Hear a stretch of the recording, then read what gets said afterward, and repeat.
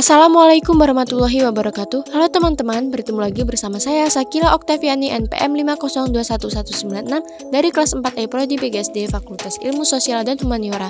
Video pembelajaran mata kuliah telah kurikulum kita kali ini berjudul Model Struktur dan Integrasi Pengembangan Kurikulum dengan dosen pengampu Bapak Tio Gusti Satria, Magister Pendidikan.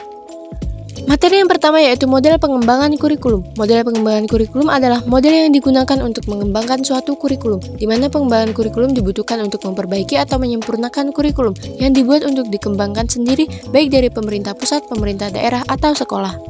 Model pengembangan kurikulum yang pertama yaitu model administratif, yaitu disebut juga dengan pendekatan top-down, karena pengembangan kurikulum muncul atas inisiatif para pejabat pendidikan dan bersifat sentralisasi, dan perintah langsung dari atas ke bawah. Semacam garis komando. Pendekatan ini juga disebut line staff model, artinya pelaksanaan suatu program berdasarkan garis perintah.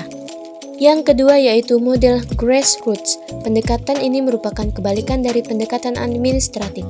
Pendekatan ini disebut juga dengan istilah pendekatan bottom up, yaitu suatu proses pengembangan kurikulum yang diawali dari keinginan yang muncul dari tingkat bawah, yaitu sekolah sebagai satuan pendidikan atau para guru. Yang ketiga yaitu model demonstrasi. Model demonstrasi pada dasarnya bersifat grassroots, datang dari bawah. Model ini diprakarsai oleh sekelompok guru atau sekelompok guru yang bekerja sama dengan para ahli yang bermaksud mengadakan perbaikan kurikulum. Selanjutnya yaitu model Beauchamp. 5 pembagian pembuatan keputusan pada model ini adalah: yang pertama, memutuskan arena atau lingkup wilayah pengembangan kurikulum; yang kedua, menetapkan personalia atau tim para ahli kurikulum; yang ketiga, menyusun tujuan pengajaran kurikulum dan pelaksanaan proses belajar mengajar; yang keempat, implementasi kurikulum; dan yang terakhir yaitu evaluasi kurikulum. Yang kelima yaitu model Rogers. Rogers berpendapat bahwa kurikulum diperlukan dalam rangka mengembangkan individu yang terbuka, luas, dan adaptif terhadap situasi perubahan. Yang keenam yaitu model pemecahan masalah atau sering juga disebut dengan Action Research Model, yang berasumsi bahwa perkembangan kurikulum merupakan perubahan sosial. Dalam model ini, ada 2 langkah dalam penyusunan kurikulum, yaitu yang pertama melakukan kajian tentang data yang dikumpulkan sebagai bahan penyusunan kurikulum, yang kedua melakukan implementasi atas keputusan yang dihasilkan pada langkah pertama.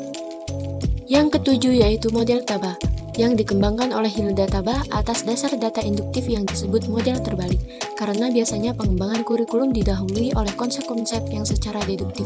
Menurutnya, pengembangan kurikulum yang lebih mendorong inovasi dan kreativitas guru adalah yang bersifat induktif, yang merupakan investasi atau arahan terbalik dari model tradisional.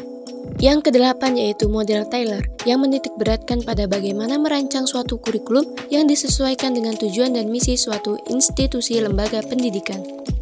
9 yaitu model Wheeler, yang mana pengembangan kurikulum merupakan suatu proses yang membentuk lingkaran yang terjadi secara terus-menerus, di mana ada 5 fase dan setiap fase merupakan pekerjaan yang berlangsung secara sistematis atau berturut.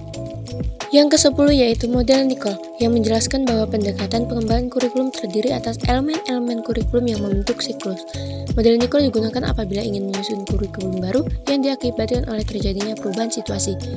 5 langkah pengembangan kurikulum menurut Nicole yaitu analisis sesuatu, menentukan tujuan khusus, menentukan dan mengorganisasi isi pelajaran, menentukan dan mengorganisasi metode, dan evaluasi. Yang ke-11 yaitu model Skillback atau disebut juga dengan model dinamik, yaitu model pengembangan kurikulum pada level sekolah. Model ini diperuntukkan untuk setiap guru yang ingin mengembangkan kurikulum yang sesuai dengan kebutuhan sekolah. Agar proses pengembangan berjalan dengan baik, maka setiap pengembang termasuk guru perlu memahami 5 elemen pokok yang dimulai dari menganalisis situasi sampai pada melakukan penilaian. Pembahasan kedua yaitu model integrasi pengembangan kurikulum. Menurut Fogarty yang dikutip oleh Saifuddin Sabda pada tahun 2006, integrasi kurikulum merupakan suatu bentuk kurikulum yang bisa menggabungkan keterampilan, tema, konsep, dan topik secara inter dan antardisiplin atau penggabungan keduanya. Yang pertama yaitu model fragmented, yang mengajarkan disiplin ilmu atas beberapa mata pelajaran secara terpisah dan tanpa ada upaya untuk menghubungkannya. Model ini lebih cocok untuk tingkat SMA dan universitas. Yang kedua model connected yaitu yang menghubungkan satu konsep dengan konsep lainnya tetapi masih dalam satu lingkup bidang studi, misalnya IPA atau IPS. Ketiga yaitu model nested, yaitu yang memadukan berbagai keterampilan yaitu keterampilan sosial, keterampilan berpikir, dan keterampilan isi ketika membahas suatu topik. Dan model sequenced yaitu model yang mata pelajaran diatur dan diurutkan secara tepat satu sama lain antara topik-topik atau unit-unit. 5 model SHART yaitu bentuk pemanduan pembelajaran akibat adanya overlapping konsep atau ide pada 2 mata pelajaran sehingga menjadi konsep yang utuh.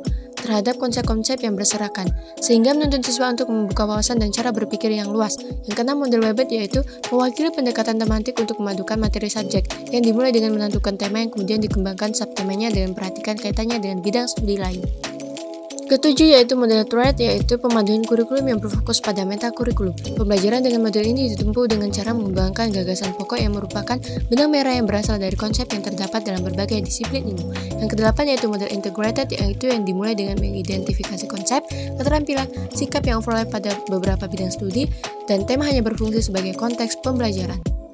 9 yaitu model Immersed yang dirancang untuk membantu siswa dalam menyaring dan memadukan berbagai pengalaman dan pengetahuan yang dihubungkan dengan medan pemakaiannya. Yang ke-10 yaitu model Networked, yaitu pemaduan pembelajaran yang mengandalkan kemungkinan pengubahan konsepsi, bentuk pemecahan masalah maupun tuntutan bentuk keterampilan baru setelah siswa mengadakan studi lapangan dalam situasi, kondisi maupun dan konteks berbeda-beda. Selanjutnya yaitu struktur kurikulum di SD. Struktur kurikulum SD atau MI dibagi menjadi dua kegiatan pembelajaran utama, yaitu pembelajaran reguler atau rutin yang merupakan kegiatan intrakurikuler, proyek penguatan profil pelajar Pancasila. Struktur kurikulum Merdeka SD terbagi menjadi 4 tabel struktur, yaitu kelas 1, kelas 2, gabungan kelas 3, 4, dan 5, dan kelas 6. Untuk jam pelajaran diatur per tahun. Satuan pendidikan dapat mengatur alokasi waktu pembelajaran secara fleksibel untuk mencapai jam pelajaran yang telah ditentukan. Untuk pendekatan pembelajaran, dapat menggunakan pendekatan pengorganisasian, pembelajaran berbasis mata pelajaran, tematik atau terintegrasi. Untuk mata pelajaran IPAS adalah paduan dari IPA dan IPS, bahasa Inggris menjadi mata pelajaran pilihan, tergantung kesiapan satuan pendidikan. Dan satuan pendidikan atau murid bisa memilih setidaknya 1-4 mata pelajaran seni dan budaya, seni musik, seni rupa, dan seni teater, juga seni tari. Baiklah teman-teman semua, terima kasih telah menonton video pembelajaran ini, semoga bermanfaat bagi kita semua. Dan jangan lupa like, komen, dan subscribe. Dan saya akhiri, wassalamualaikum warahmatullahi wabarakatuh.